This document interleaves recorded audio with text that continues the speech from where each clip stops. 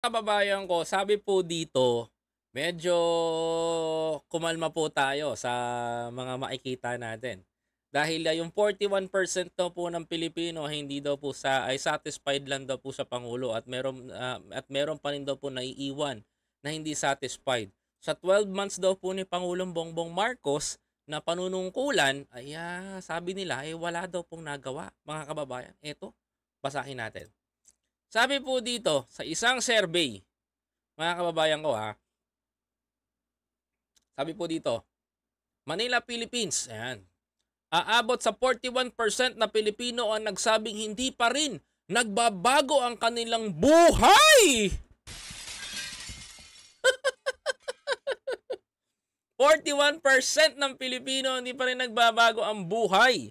Mga kabayan, sa nakalipas na 12 months, ayon sa resulta ng survey na inilabas ng Social Weather Station o SWS nitong Sabado, November 25, tanging 28 lamang ang nagsabing bumuti ang kalidad. Ito sinasabi ko sa inyo, bumuti ang kalidad ng kanilang buwan sa loob ng 12 na dosing buwan. At 30% naman, mga kababayan ko, ang nagsasabing mas sumama ito. What? 30% naman daw ang nagsasabing sumama ang kanilang pamumuhay sa nakalipas na dalawang dosing buwan. Aba naman, Diyos ko. Sabi pa dito, mga kababayan ko, ang mga nasabi na mabuti ang kanilang buhay ay tinawag ng SWS na gainers. Ayan, gainers. At ang kabaliktaran naman ay losers. Ayan. Habang ang nalalabi ay unchanged, mga kababayan ko. Sabi po dito, mga kababayan, ito pa, minarkahan din ng net score na gainer na 2 ng negative 2 at klasipikado ang SWS sa pair, mga kababayan. Dagdag ng SWS, ito ay pinakamababang net gainer score mula noong Hulyo, mga kapatid. Ang margin error ay nasa plus 2.8% para sa national percentage. Tig plus 5.7% para sa Metro Manila, Balance Luzon, Visayas, Mindanao.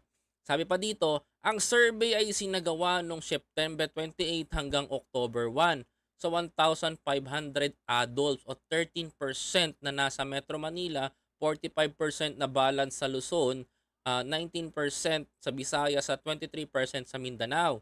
Samantala, bilang ng gainers at unchanged ay bumaba mula sa kaparehong survey na nilabas ng SWS noong Oktubre. Ngunit isinagawa noong Hunyo 28 hanggang Hulyo 1 ay tumaas ang bilang ng losers. Sa survey, isinagawa mula Hulyo hanggang Hulyo ng gainers ay nasa 33%, losers is 23% and unchanged sa 45%, mga kababayan ko. This is the biggest question, mga kababayan ko. Dumadami ang walang trabaho sa Pilipinas. Dumadami ang sinasabi nilang walang trabaho sa bansa natin.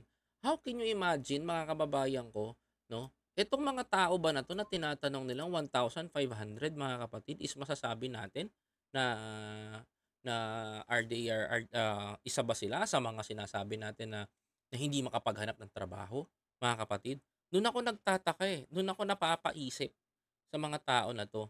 41% ang mga nagsasabi na hindi umangat ang kanilang pamumuhay. Imagine, ang saklap, kung ako presidente ng Pilipinas, ang saklap para sa akin ito. Kasi gawa ko ng gawa ng pera. Gawa ko ng gawa ng pagkakakitaan ng mga Pilipino. Trabaho ako ng trabaho But the problem, minsan mapapatanong ako sa sarili ko Na-appreciate ba nila yung ginagawa ni presidente? Yun ang gusto kong matanong sa sarili ko, sa iba. Ako tatanungin ko po kayo, mga kababayan ko I know some of you is nasa ibang bansa, mga kapatid. But the problem, yung mga dito sa Pilipinas, na-appreciate nyo ba yung ginagawa ng presidente natin? Mga kababayan ko. Ako kung ako tatanungin mo, I really appreciate the effort of President Ferdinand Bongbong Marcos. Honestly, mga kababayan ko, na-appreciate ko yung pagmamahal niya sa Pilipinas. And nararamdaman ng pamilya ko yon. But the problem, mga kababayan ko, some of the Filipino people talaga tamad. Di ba kagaya na sinasabi ko? Imagine mo, sa survey, tumaas yung walang trabaho. Tapos 30% ang nagsasabing hindi umunlad ang kanilang pamumuhay. Anak ka ng teting, kaliwat kanan ng job fair, kaliwat kanan ng pagkakakitaan. Mga kababayan ko, alam mo, ultimo rider nga ngayon eh. Basta may motor ka, pwede ka nang kumita ng pera. Totoo. Kung masipag ka lang, kung may lisensya ka ngayon, pwede ka nang pumasok, mamasukan ng bilang driver. 'Di ba? Mga kababayan, sa ngayon, kung meron kang experience sa ganitong work, kahit nga ngayon mga kababayan ko, wala kang experience, pwede kang makapag-ibang bansa, mga kababayan. O baka hindi nyo alam 'yan. Ang Korea, kahit wala kang experience, kukunin ka. Basta makapasa ka lang ng Korean language. Mga kababayan, ang daming paraan, no? Tapos sasabihin, 30% ng Pilipino ay hindi umunlad ng pamumuhay. Ay, para sa akin, tamad yan mga yan. Tamad. Tamad yan. Tamad yan. And 41% pa rin ng Pilipino ang umaahon sa ngayon. Ito, sinasabi dito, ay 28%. 28%. Eh di ibig sabihin, 28% lang ng Pilipino. So ibig sabihin ito, yung 32 million lang pala gumagana ngayon. Yung 32 million lang pala, tsaka 31 million na Pilipino. Ang ibig sabihin na nakikinabang, mga kababayan ko. Sige nga. Kung sa 28%, ito yun. Yan ang problema. 'Di ba? Mga kapatid. Tapos, kapag tumaas ang presyo ng bilihin, tumaas ang ganito, wala kayong mapambili, panay kayo reklamo. Ayan yung 30%, mga kababayan ko. But for me, mga kababayan ko, sa 28% na mga Pilipino na gumaan ng buhay at nagbago, its biggest changes sa buhay niyo yun. And pagpasalamat niyo yun. And doon naman sa 30% na nagsasabi na eto, mga kababayan ko, na hindi daw umangat ang kanilang pamumuhay, abay, maghanap-hanap kayo ng trabaho. Hindi pwede na wala kayong trabaho sa Pilipinas. Mga kababayan ko, pag magugutom kayo dito, ako na nagsasabi sa inyo. Kaya kailangan nyo magtrabaho. Sabi pa dito ng mga kabayan, Carl Alejo, sabi niya to, yung mga sinasabi niya ni Sir Koy, mga tamad yung mga umaasa sa ayuda sa gobyerno. Correct. 'Di ba? Because some of the Filipino aasa sa hindi naman totally na tamad. Sila yung mga tao na nangangailangan talaga. Honestly naman kung ako naman tatanungin mo honestly pare. Ako sa akin lang yung mga nabibigyan ng gobyerno natin talaga ng ayuda ngayon, yung mga wala sa pinakawala, mga kababayan ko. Yung wala sa pinakawala, yung talagang hopeless, jobless, na hindi makapag-umpisa ng trabaho. Yan naman nabibigyan ng gobyerno ng DSWD natin ngayon. I'm very thankful to Secretary Rex Gatchalian. Kung anong ginagawa niya sa Valenzuela, pag-aalaga sa Valenzuela, ginagawa niya sa buong Pilipinas ngayon yun. Kaya yung mga taga Valenzuela, alam nyo mag-alaga si Rex Gatchalian, mga kababayan ko, at siya ang secretary ngayon dito sa DSWD. Yan din ang ginagawa niya sa buong Valenzuela, mga kababayan ko. Kaya mapalad tayo na gano'n ang diskarte kasi marunong. Talagang poorest of the poor ang kanyang nabibigyan, mga kababayan. Unlike doon sa mga dating secretary, pinakamayaman sa pinakamayaman na nabibigyan. 'Di ba?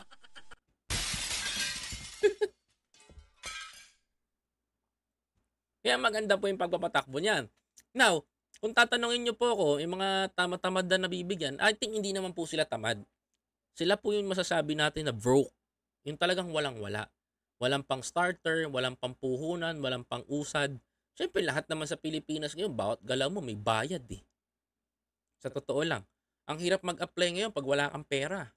Ang hirap pumunta ng trabaho pag wala kang pera. Kung pamasa-pamasahe lang ang pera mo, mahirap mga kababayan ko. At choy ka pag wala ka dito. Ganun kadali, ganun kahirap yung kaya hindi po kaya mahirap. Yung mga nabibigyan ng mga yan sa DSWD, honestly, Natutuwa ako kasi poorest of the poor ang nabibigyan. Ilan sa mga kapitbahay ko dito, mga kababayan ko, is poorest of the poor. Nabigyan po ng ayuda. At kilala ko po kasi yung mga yon. Talaga nasasala ng DSWD. Kahit yung 4-piece Pantawid Pamilya Program, mga kababayan ko, kapag maayos na yung pamilya, binibitawan, binibigay naman sa ibang beneficiary. Kaya nga nakakatuwa ngayon mga kababayan ko, ganyan na po ang magandang patakaran sa government natin. Kaya masasabi ko na sa maayos sa kalagayan ng Pilipinas. Kaya hindi ko masasabi na hindi ko masasabi sa akin na magulo, ganito, ganyan. Naku, mga kababayan ko. Whatsoever for that. Pero para sa akin, mga kapatid, maayos po ang bansang Pilipinas natin. Sabi pa dito, ako nga grade 3 lang ang inabot ko, pero kahit pero bakit na itaguyod kong na maayos ang pamilya ko? 2027 tapos na lahat ng anak ko. Lahat ng anak ko. Mga reklamador 'yan, yung mga pinag-aaralan, pinag alam niyo po ito Sir Tio Pisto Hermina, I'm very proud of you. I'm very proud of you, sir. Kung ganyan ang ano mo ako bilang lalaki saludo ako sa'yo, sir. Saludo ako sa'yo. Alam mo kung bakit, sir? Although kahit sabi natin sinabi mo na grade 3 ang tinapos mo, ginamit mo yung diskarte. Ibig sabihin niyan, diskarte ginamit mo. Ibig sabihin niyan, nagtrabaho ka, diskarte ang ginamit mo. Minsan mga kababayan ko, kahit tapos tayo ng pag-aaral, pero wala tayong diskarte, hindi rin uubre. Kailangan, swerte ka kung nakapag-aral ka, tas marunong ka dumiskarte. Kapag pinagsama mo yon, pinag-aralan, talino at diskarte, boom! Success ka, mga kapatid. Ako, honestly, I am a high school graduate. Hindi ako nakatungtong ng college, mga kababayan ko. Ang naging trabaho ko noon fast, ayoko maging pabigat sa government natin.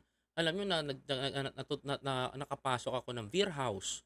Hindi ako go-go dancer mga kababayan ko Nakapasok ako ng beer house pero hindi ako dancer, mga kapatid Kapasok as a dishwasher. Ayan. Dishwasher ako noon. Oh, wala pa akong kakatapos ko lang ng high school kasi gusto ko mag-college Gusto kong pasukin tong ganito. Wala akong Ginawa ko, mga kababayan ko, pasok ako ng beer house, dishwasher ako doon tuwing gabi. Mga kababayan, kikita ako ng 150. Noon 150 lang ang sahod namin. Okay na ako doon sa Barak sa Timog. Oh, natatandaan niyo ba 'yon? Sa Barak sa Timog. Oh, tapos napasok naman ako bilang salesman. Oh, naging ahente ako sa SM. 'Di ba? Alam niyo yung mga nagcha-chopping board? Yung mga may mic dito, yung may microphone na ganyan, yung may mga may microphone na nakasabit dito. Yung nagcha-chopping board diyan, nagpapakita, nagde-demo. Ganun, naging trabaho ko 'yun. Nagtrabaho ko sa vape shop, yung e-pipe. Ang dami ko napasukan trabaho. To be honest, mga kababayan ko. Kahit na high school graduate ako, hindi ko sinabi sa sarili ko na hanggang dito lang ako. Kailangan may pangarap ako. Gusto kong marating sa buhay ko. And then so far, unti-unti ko nabili yung mga gusto ko. Mga kababayan ko, hanggang sa pagsusumikap ko. Kaya bilib ako doon sa mga tao na ah, pinagyaman ang diskarte. Kahit na hindi tayo nakapagtapos. Ganyan yun. Kabilib na bilib ako sa mga ganon. Kaya, sir, thank you very much for sharing your life. 2027, tapos ng mga anak mo. Advance. Yan, advance. Ayun. Ganyan din ang gagawin ko sa mga anak ko.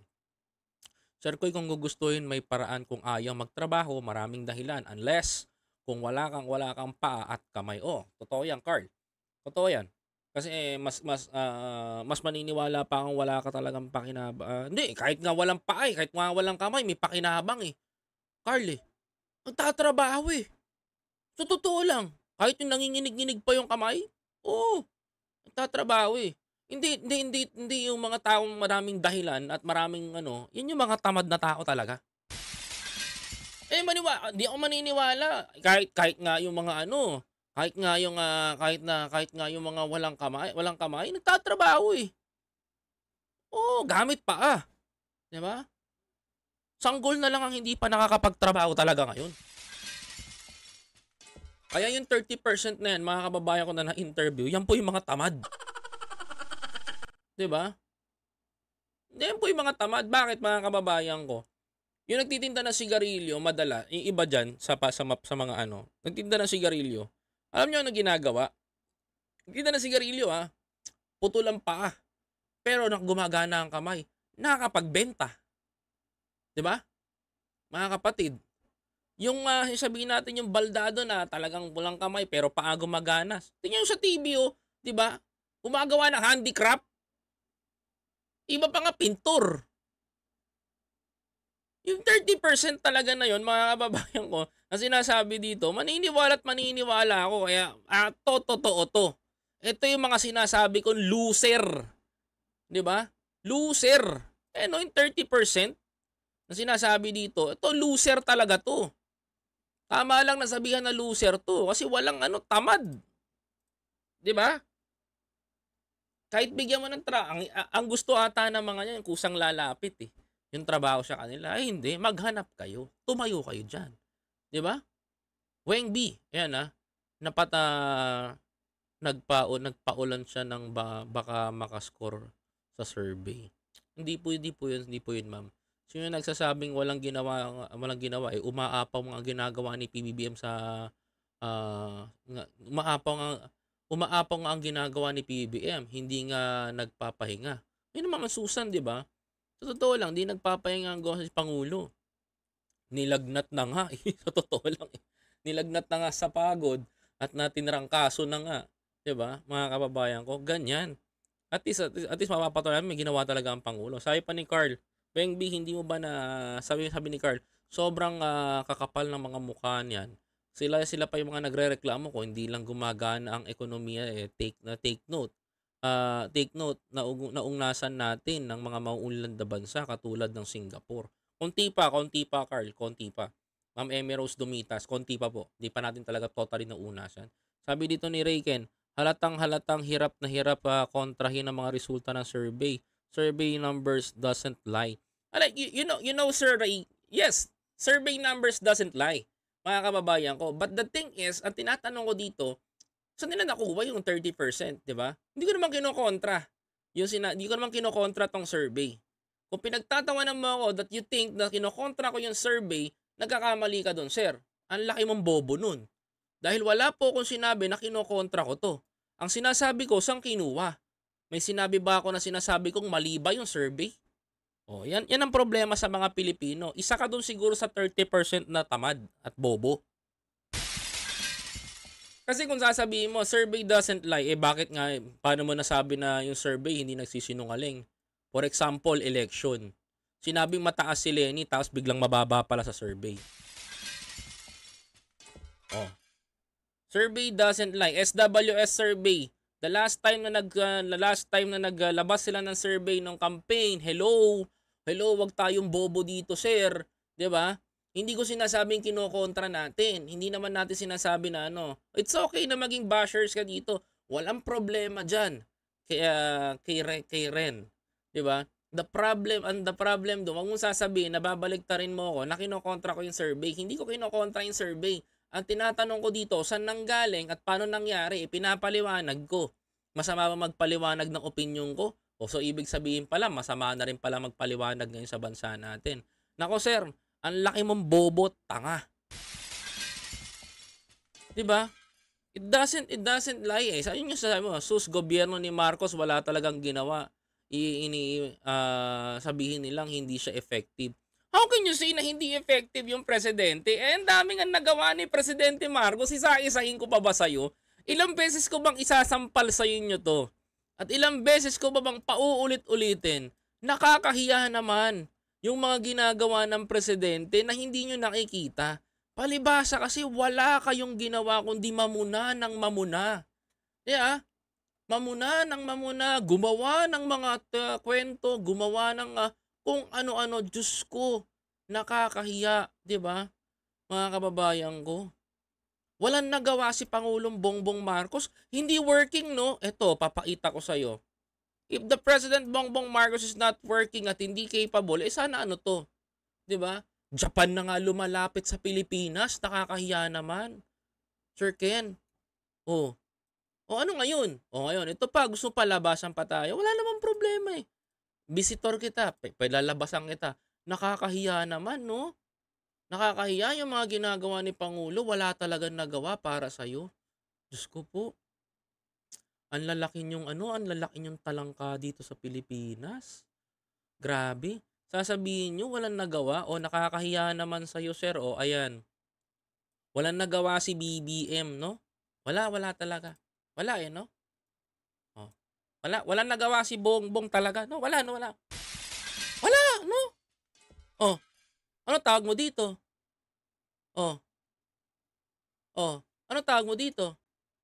Walang nagawa, 'di ba? Ayan, sabi ko sa inyo, huwag kang lalabas dito sa akin na masusupalpal ka, eh. Walang nagawa si Bongbong 'no? Wala! Wala talaga! Kaya pala ganyang karami investment sa Pilipinas. Oh, walang nagawa. Eto, nakakahiya naman sa inyo, sir, eh. Diyos ko naman, no? Oh, oh, 'di ba? Nakakahiya naman. Sir Ken, ano ba? 'Di ba? Ano kakahiya ka naman? Palibhasa napapahiya kayo, eh. Yan ang totoo. 'Di ba? Kapag kayo kino-correct, kapag kayo tinatama, ayaw ninyo. Paano mo nasabi walang nagawa daw si Pangulong Bongbong Marcos sa Pilipinas? Si ano 'to? 'Di ba? Labasan tayo resibo, hindi yung boboka ka lang diyan, 'di ba? Takot na takot kayo. Takot na takot tong mga 'to kapag sila binubuli dito. Naku po. Ganyan talaga ang mga tao ngayon. 'Di ba? Whatsoever, minions ang mga minions lang 'to. Nakakahiya naman, no? 'Di ba? Wala nagawa si Pangulo, eh. Sana pag binisita mo ulit ako, Sir Ken, gandahan mo naman, 'di ba? Pag nilabasan kita ng resibo, ayaw ninyo.